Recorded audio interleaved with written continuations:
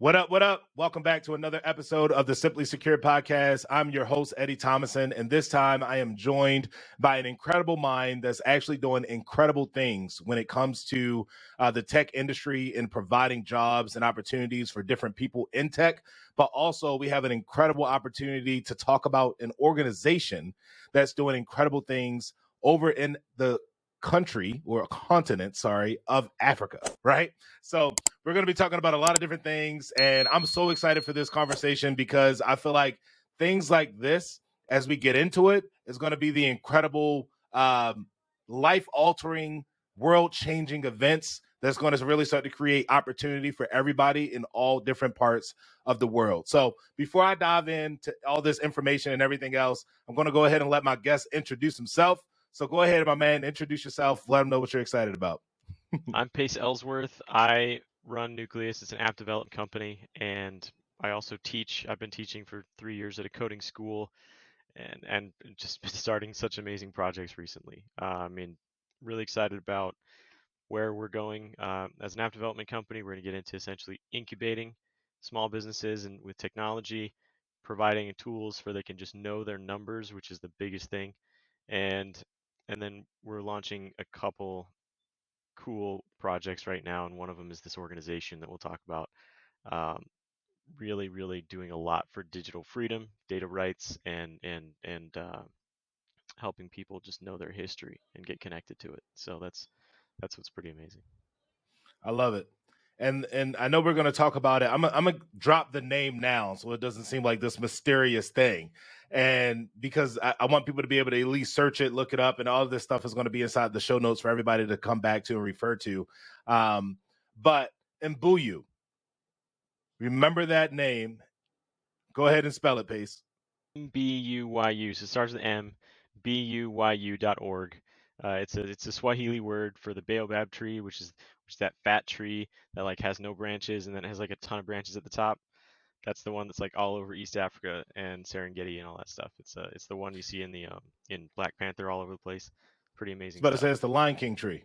Yeah, that one too. Yeah.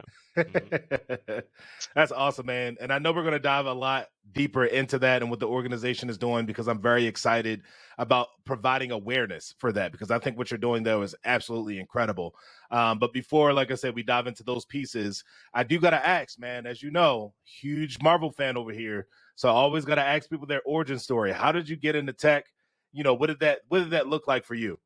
I took the weirdest path to it. So I started college, studying political science because I loved, talking about big issues.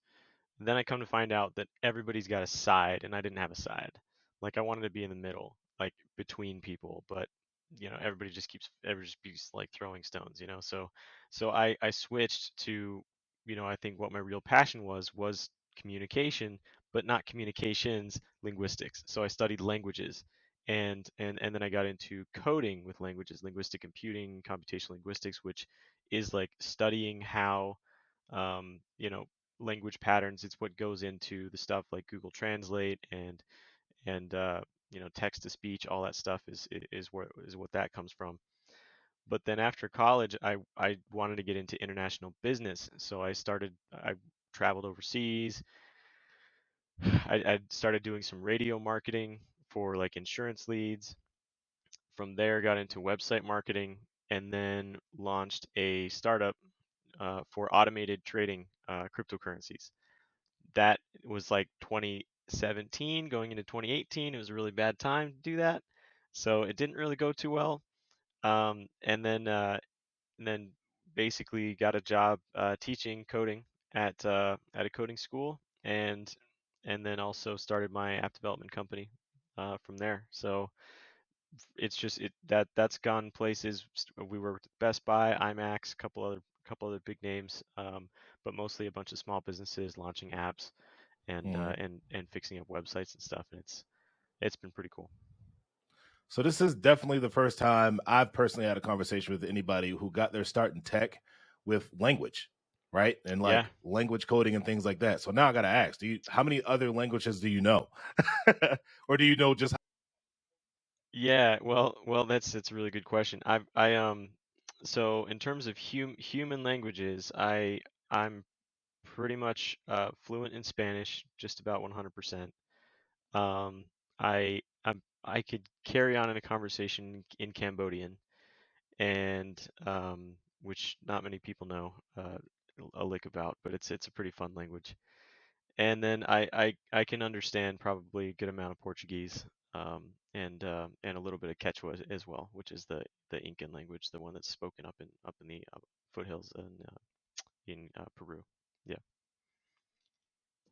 yeah. It's funny you Thanks. say Cambodia because and I know we're going to dive into this a little bit because it's a Yeah, little bit about what Mbuyu yeah. does. But I Hmm. recently, my wife, I think 2 years ago, bought me the it's not 23andMe, what is it? Ancestry. She brought me an ancestry test for me to get an idea of who my ancestors are, like where I actually Yeah, came from, right?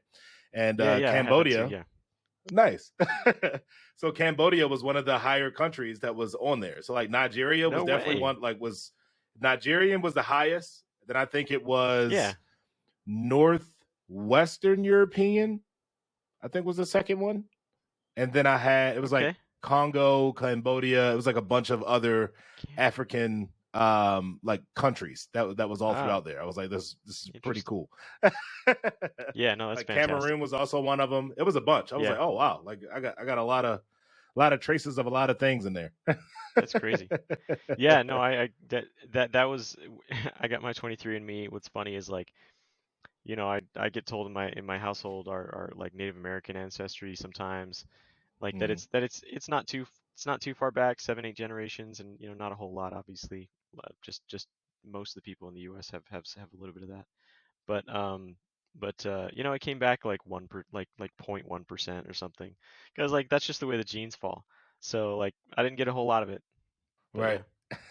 Hmm. That's Yeah, pretty it's dope that you can interesting. speak it though. Well, now I'm just curious, and I know we're traveling off the beat path a little bit, but why Cambodia? Like, why the Cambodian language? Like, why did you learn that specific Well, language? no, well, I went there for a year after college. I was looking for opportunities, and couldn't get one in the DC area because it was 2010 and it was still a really bad time to get like a job. And that's the whole thing.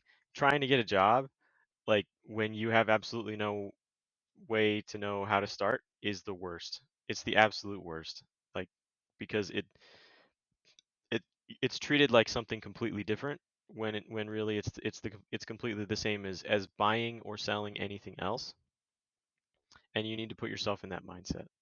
So so that's really what was, I didn't know what to deal with, so really I just went and lived with my parents, and then over in Cambodia, because my dad works at U.S. State Departments, so he just works at U.S. embassies. And so I was over there, started teaching English, and then got a part-time job at the U.S. Embassy too. But I just inhale language, like it just comes very easily to me. So it was just fabulously fun. Um, but really it's taken me a long journey to get to the point where I am today, where I kind of know a little bit of everything about just about everything. So yeah. A jack of all trades. Yeah, pretty much. I love it. I will say because you mentioned something that I know we wanted to dive deeper into when we chatted offline, and it's this idea of jobs and finding a job, right? Yep. And obviously, in today's world, I feel like the most sought after industry that everybody's trying to get into is tech, Hmm. right? They're trying to get into tech, whether that's actually hands on coding, doing the actual technical side of the job. It could just be in HR. It could be in Hmm. sales. It doesn't matter. They just like, oh, I see tech. Tech continues to grow. The industry continues to grow. Then I want to be in an industry that is consistent, right? Consistently Right. growing at the end of the day. So, and I know you have a lot of resources and a lot of things that you talk about and teach on how to get in the tech in itself, right?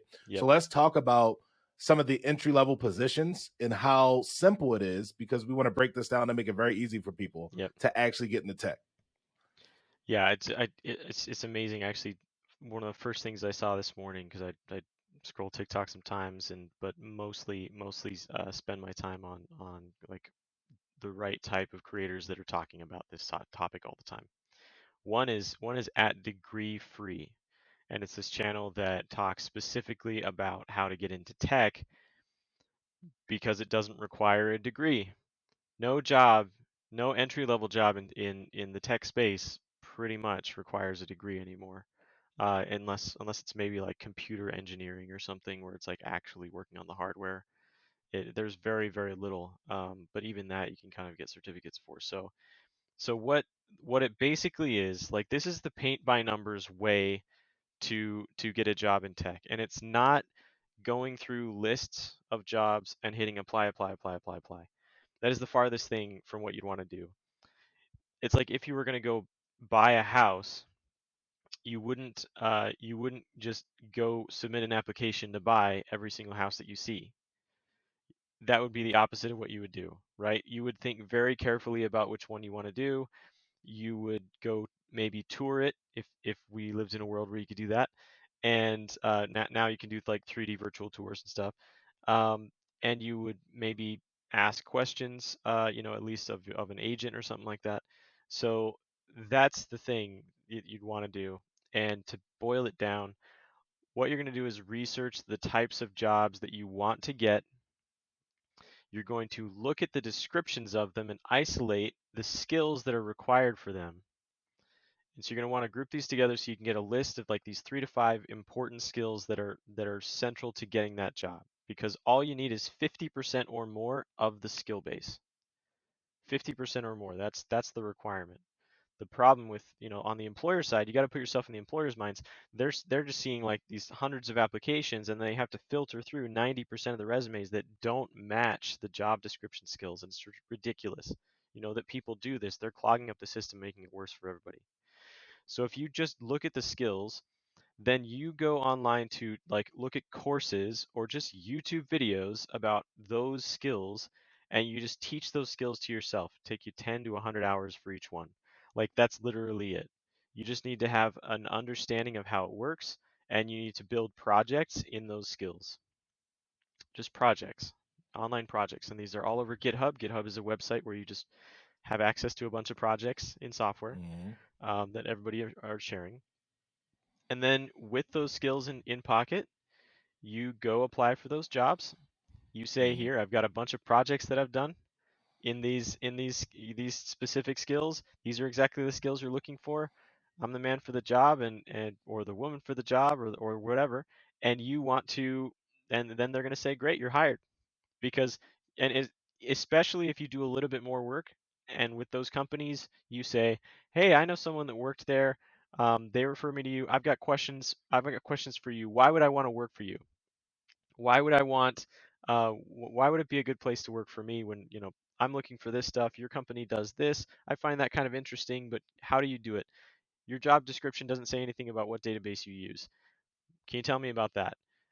Just show interest in them, give them something to work with, and they're gonna do the only thing that they know how to do, which is hire people. Yeah, I love that. And first of all, I want to bring up that analogy that you use in regards to searching for a house and searching for a yeah, job. Because I can't tell you how many times I'm even thinking back to when I was a college student, right? And I'm graduating college and everything else. And I was applying to all these different positions. And I was just, yeah, it was sales, just hit it, apply now, apply now, apply now, right? Compared to yeah. like taking the time and taking like that sniper approach compared to a shotgun approach is incredible. But the analogy Well, that you well, used in regards to houses, like that, well. that's Think about awesome, man. where you're gonna spend more of your waking hours. Like, maybe your job Hmm. more than your house. Like, Yep. maybe. Unfortunately, Right. if you get a lot of sleep, probably. Right. But yeah, it's but it's gonna be the second biggest place where you spend your time, Hmm. and you gotta give that, you gotta give that time. And obviously, and here's some other tidbits. Like, that doesn't mean you have to stay there, for forever. People move houses, every 5 years. But you're gonna move a job. You're gonna move employers in the tech space every 1 to 2 years. If you take longer than that, you're just shooting yourself in the foot, because because it just the way it works out, you're going to learn skills on the job because you're only going to come in with 50 to 70% or something of the skill base. You're going to learn another 30 to 50%. You're also going to get 30 to 50% better in what you already know. So you're going to be 50 to 100% better. So you can go ask for 50 to 100% higher salary at your second job after 1 year. And and people do that all the time. All the time. So they'll go their first job 50, 60, 70,000, their next job 90, 80, 100, 120, that fast. Let's keep on growing from there. Just I do keep want on to talk going. about this because when we were offline, Pace, you were talking about one of the easiest jobs to get into is being a data analyst, right? It And is then the fastest growing job in America right now. that's a fun Yeah. fact that Yeah. I did not know of. So I'm glad that you Yeah. shared that. It is. Yeah. So you take that job of being a data analyst, right? How does that dovetail and transition? Like what do you see as a typical career path from going from a data analyst to maybe getting into like pen testing or somewhere in the cybersecurity space where Yeah. most people really want to spend their time? Yeah. So I would say data analyst is basically two things. It's basically knowing databases, so being able to read a database and manipulate data, maybe to clean data, because if you just know what a well-structured database looks like, you can say, all right, this jumbled mess of spreadsheets, we're going to turn that into a normalized database. And then the other end of it is visualizations, because it's reports. It's being able to present the data in a digestible way to an executive or to some non-technical person. So what that job could go into, maybe you'd go into the visualization side, get more into UX UI design or something like that. But normally data analyst, because it's so technical in the database side, you're going to get into data science where you'll learn Python, maybe some other languages, C# or Java, and uh, and then you'll learn how to make programs or work with scripts that will crunch data faster. And crunching a lot of data fast is extremely necessary for cybersecurity, especially red team, where you are doing the penetration testing and you are essentially, you're scouring a website for all of the entry points, or blue team too, where you're crunching through megabytes of like site logs of visitor access and looking for like abnormalities, right? Because what you do is you crunch all this stuff in, it's all CSVs. You crunch it all into a database, and then you can do SQL queries on it all day. So that's basically the path. Is you would go data analyst, which is very easy to start. You just learn SQL, which is not a programming language. It's just a database query language, and it's very easy to learn. It'll take a couple weeks. And Tableau and a couple other visualization tools, which are just taking data and turning it into charts and graphs and stuff. And then so you can learn those in a few weeks and get a job in that in just a couple weeks. And then uh, next would be data science, where you add a little bit of coding to it, Mm-hmm. Python usually, because that's what all of the tools for data analyst stuff are built in.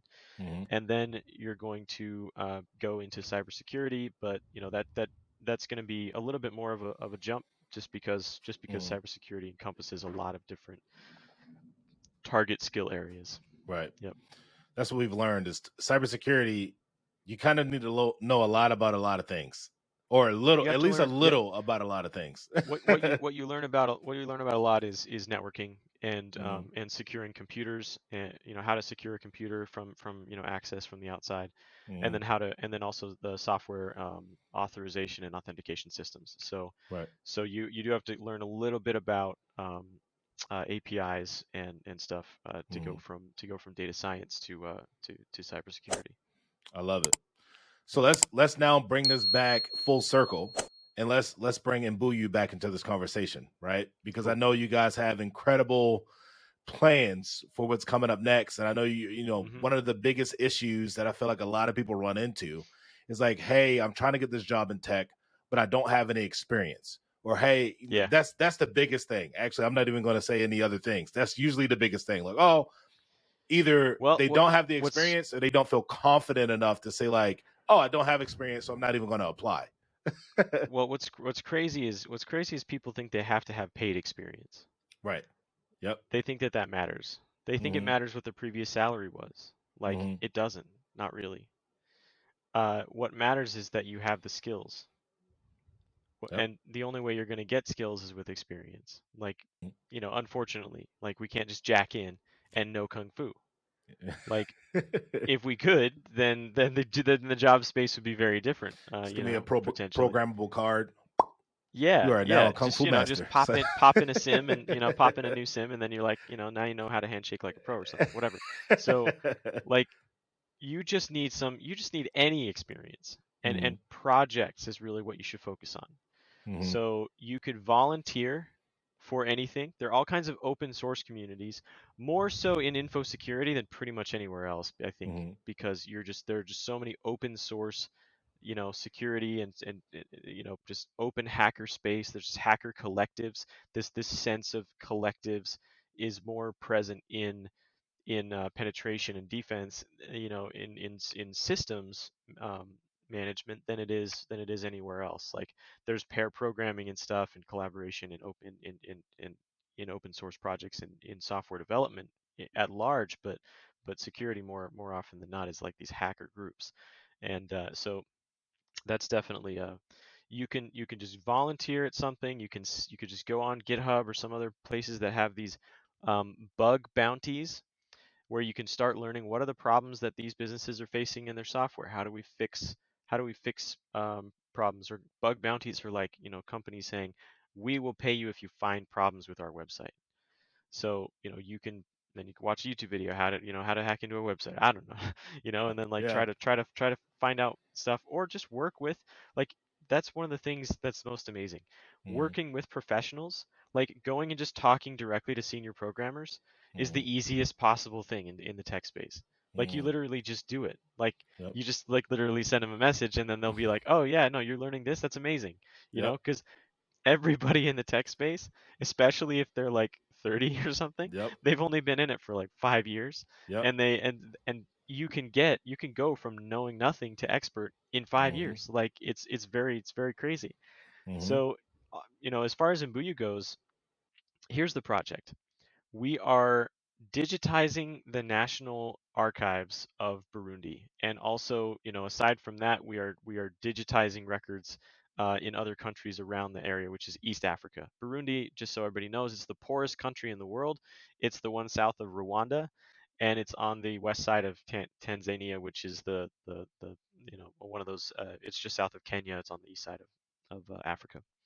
So when I say digitizing records, what we mean is they have no computer systems in their government, like very little. They have some, Mm-hmm. but there's like I don't know if they have a working government website for any Mm-hmm. department of their government, which is Well.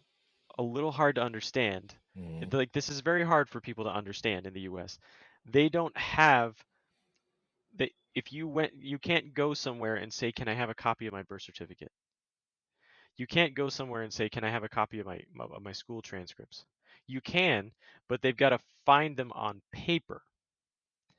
And if they can't find them, you have to just make it up, or you have to register it again, or you have to walk off with the only copy, and then they don't have one anymore. It doesn't make any sense in the data infused world that we think of. Like the closest thing that we can think of is they don't have it's like saying they don't have power. People can relate to that. It's like saying they don't have internet. People can relate to that. But the fact is they don't have those things either all the time. So they don't have internet inside of the archives. They barely have computers. They lose power about half the day.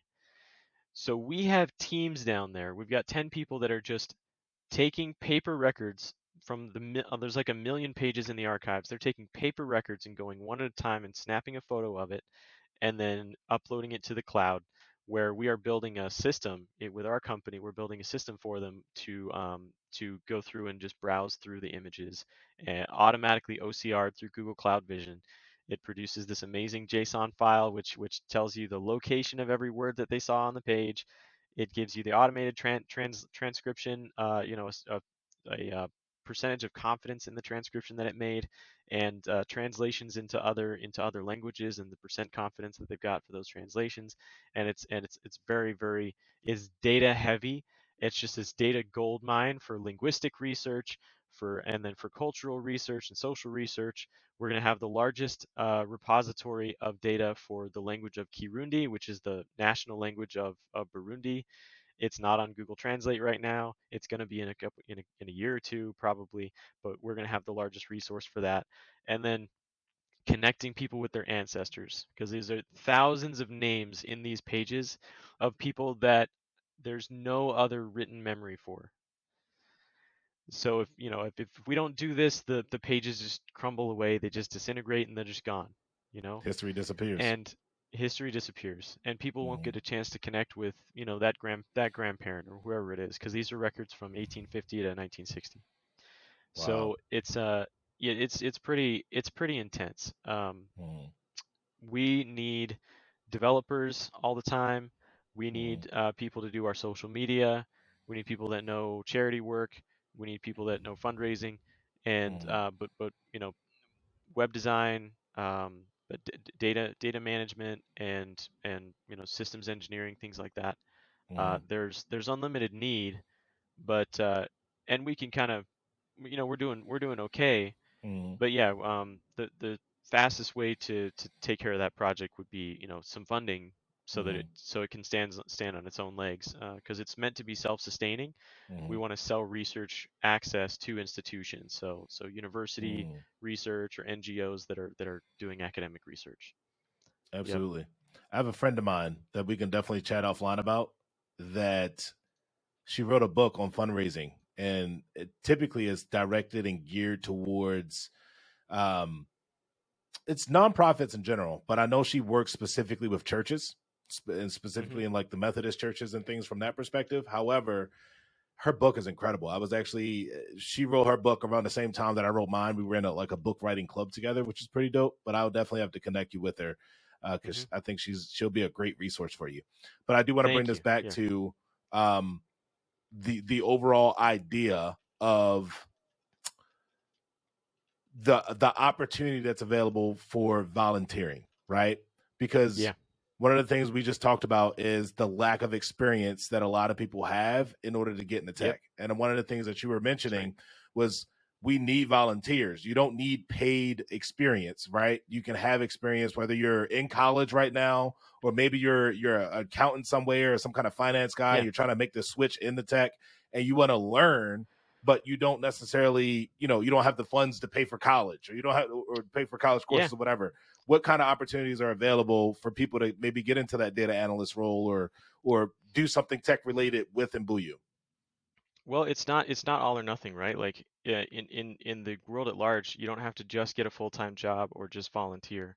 Like, you can do freelance work, which is bite-sized, projects or whatever, for, maybe a certain number of hours a week or something. You can do part-time. You could do contract, where you have a contract to work at a company, maybe part-time or full-time, for 3 to 6 months.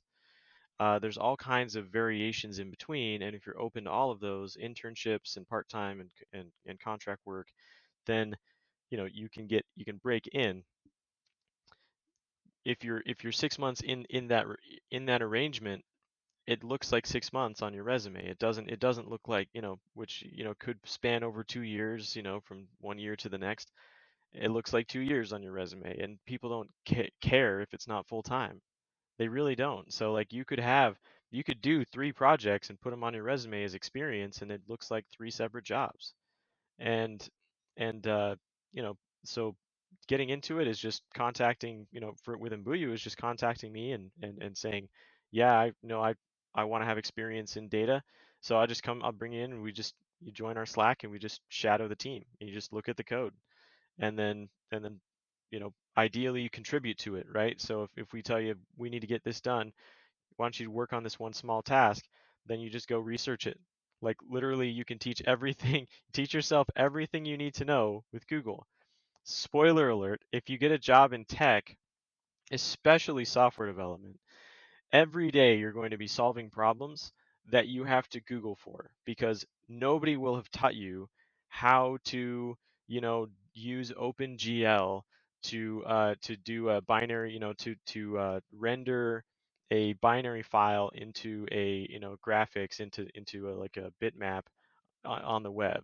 Nobody tells you that, because that's not a course that they teach in most like schools or anything, because it's just this library. It's one of 1,000 different libraries to do 1,000 different things in web development, and it's like this infrastructural part of the internet too. So you're just gonna research this stuff on your own. So we just give you a task and you research it and you do it. That's it.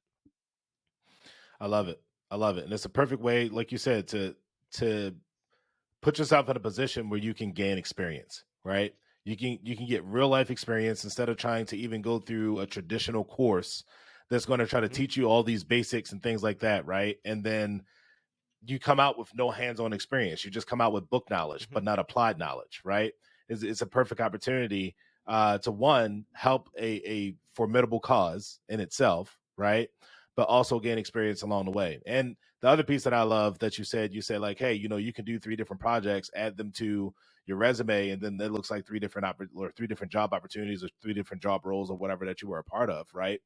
And the cool thing is, most of the time when people are asking you interview questions, right, it's like, oh, tell me about what you had to do in this role, whatever else it may be. And it gives you an opportunity to share more of like you, right? Because now you're not really talking about a paid position where like you had to do this work. That natural excitement comes out of your voice because it's like, oh, I had an incredible opportunity to work with this nonprofit, and here's what they were doing, and here's why I was so involved. And it's so much more invigorating and engaging for that Mm-hmm. interviewer compared to, you're just saying like, oh yeah, that was the first job I had out of college, and I didn't like my boss. Well, they don't. Yeah, they don't want to know. That's packaging. They don't want to know the Mm-hmm. packaging. They want to know. Right. They want to know like the meat, the vegetables. They want to Mm-hmm. know. They want to know like what your experience was. If they ask you a question, what about this project right here? They're not asking you who was the CEO, what was the technology the company was working on. They want to know what your story was there. So you don't have to spend a whole lot of time working on a specific project or working, for a specific company to have a story about one thing that you learned, especially since you're learning like 10,000 things a day. It's you just one thing or one hard project that you went through. Every time you're going to have some kind of hard project. In data, it's like insane. Like in order to just some data sets are so spaghetti, like it's insane. Like to normalize this data is just it's very, very difficult. And it can cause a lot of stress to essentially negotiate the scope of the deliverable, in real time. Everything is always renegotiated in real time in tech because the targets are constantly moving. So that means that there's also a lot of leeway. You have flexibility in how you control your experience in the tech space and in info security too. And it's just you get to make your own story and you get to put your own spin on your own story and tell it your way and tell them what you were excited about. But just make it the exciting part. I would say to distill also just what you need to have in order to get the job. Having the skills that match the job is important, but probably more important than that is showing that you can learn, showing that you can solve problems more specifically than just learning, right? Applying the knowledge that you already have. And just confidence, just pure confidence. Like that's the most important thing that you can go into an interview with. Like catch me if you can, Frank Avondale, like he didn't know anything at all about being a doctor, like Mm-hmm. a lawyer, a pilot, and he made it all up Yeah. and he got those jobs. Mm-hmm. You know, you want to do something a little bit easier and less risky, which Right. is which is knowing what you're supposed to know so you can prove that you know it. Mm-hmm. But yeah, it's there's this spectrum Yep. between knowing absolutely nothing and having absolute confidence, and people are more likely to go with that than if you know absolutely everything about it but you have absolutely no confidence. Yep. 100%. So, 100%. yep. It's a prime example of the role that I'm in right now. The role with Mhm. Data Locker, and for those who haven't listen to, I think it's episode 000, because I basically recorded it after I recorded the first episode. But I had absolutely no background in cybersecurity at all, right? I had some background in tech and doing some tech sales when it comes to like networking and printers and things like that. But cybersecurity specifically, none. Didn't know the lingo, didn't know the jargon, any of it. But went into the interview confident in what I know I bring to the table, right? Which is dynamic personality, the ability to prospect, the willingness to learn, the ability to work, right? Like all those things are very important. And everything else can be taught, right? Like you can teach yourself the lingo, you can teach yourself everything else. But when going into these interviews, they're not necessarily wanting to know all the tech stuff that you know. They want to know you as a person, right? Like, are you going to be someone that can grow with the organization, or are you just somebody that's literally filling a spot, right? Like a body filling a seat. And if you're a body filling the seat, you're less likely to get hired unless those guys are just high turnover type of organizations. Because I taught this week. Like Mm-hmm. it's the same as coming up with like an offer to sell something from your business, right? Or to sell a Mm-hmm. house. You want to make it the easiest process for them, and you want to accomplish their goals as much as possible. So, if they have a very low confidence that you're going to succeed, and once you onboard, they have to like spend like a month onboarding you, and they have to walk you through everything, and you have to be handheld the entire time. You're a drain on their productivity. They're not going to keep you. So if you're just if you're able to operate independently, and you're able to learn and solve problems by yourself, but also solve problems by just reaching out for help, um, but doing part of the work yourself, then you're going to be great. You're just gonna vault from one thing to the next, and there's no reason not to make 200,000 in the tech space within three years. There's no reason. That's just the way it is today. And even if the rest, like honestly, macro things aren't looking great with the inflation leading to the mortgage rates, all kinds of things. Any other industry is gonna suffer. Tech isn't really gonna suffer. That's just the way of it. Like it has to keep growing because of the world we live in. So yeah, it's a really good space to go. I love it, Pace. I think this is a good spot to really chop this one, my man, because you shared a lot of gems, a lot of knowledge, how to get into tech, some of the not traditional, but some of the more simpler ways of getting your Yep. foot in the door and then transitioning into cybersecurity all the way through, right? But Yep. before we sign off in itself, can you tell the people what's the best way to get a hold of Pace? Right? Like what is the social medias, whatever else it may be. Let the people know how to get a hold of you. So I'm everywhere at PaceMe, Paceme, Mm, and then you can also find so that's Skype, Facebook, Twitter, LinkedIn, TikTok. mm, But and then you can find me at my company too. It's Nuclius, Nuclius mm, .com.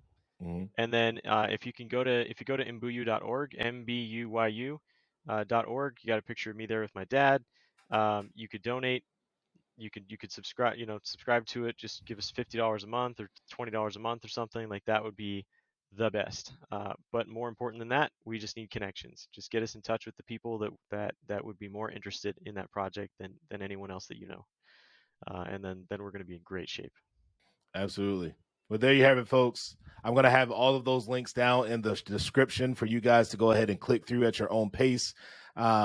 But thanks for having Pace on the show, sharing his gems, sharing his knowledge, and just honestly opening up about something that's really, I think, is really cool with what they're doing with the Mbuyu project, and really trying to digitize a lot of documents in a country that does not have the resources, right? So thank you all for Yep. tuning in, listening to this incredible information. Hope you gained some insights for how to get into tech, but also opened your heart to something that is near and dear to Pace, and now honestly becoming near and dear to myself. To really put yourself in a position to assist and help this organization, whether that be through volunteer work on the tech side, or if that's through opening up your wallet and actually donating something to the cause. So I appreciate you all. Thank you guys for tuning in to another episode of the Simply Secure podcast, and we will see you guys again on the next one. Deuces.